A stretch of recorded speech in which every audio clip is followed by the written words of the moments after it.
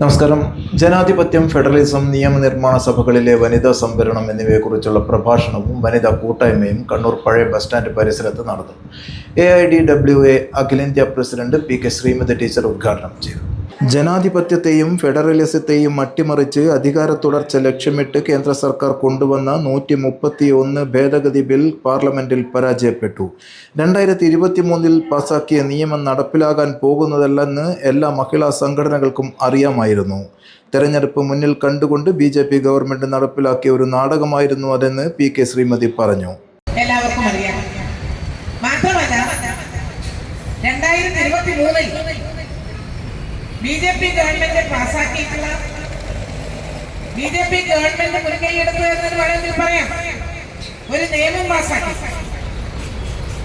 ആ പാസാക്കിയ നിയമത്തെ സംബന്ധിച്ച് ഇന്ത്യയിലെ ജനങ്ങൾക്ക്, സ്ത്രീകൾക്ക്, പ്രത്യേകിച്ച് മഹിളാ സംഘടനകൾക്ക് വളരെയേറെ ആശങ്കയുണ്ടായിരുന്നു. നടപ്പിലാക്കാൻ വേണ്ടി പോകുന്ന ഒരു നിയമമല്ല ഈ 2023 വനിതാ റിസർവേഷൻ നിയമം എന്നുള്ളത് എല്ലാവർക്കും അറിയാമായിരുന്നു.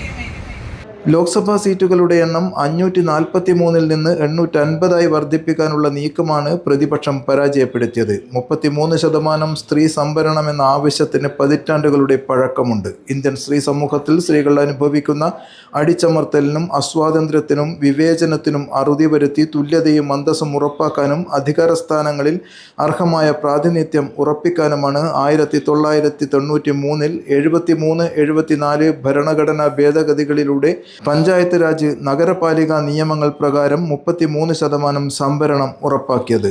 എല്ലാ കാലത്തും കോൺഗ്രസും BJPയും ഈ കാഴ്ചപ്പാടുകളോട് നീതി പുലർത്തിയിട്ടില്ല. 1996, 98, 99 വർഷങ്ങളിൽ ഭരണഘടനാ ഭേദഗതിയിലൂടെ 33% സ്ത്രീ സംവരണം ഏർപ്പെടുത്താനുള്ള നീക്കങ്ങൾ ഉണ്ടായെങ്കിലും സമവായത്തിലെത്താത്തതിനാൽ നടപ്പിലാക്കാൻ കഴിഞ്ഞില്ല.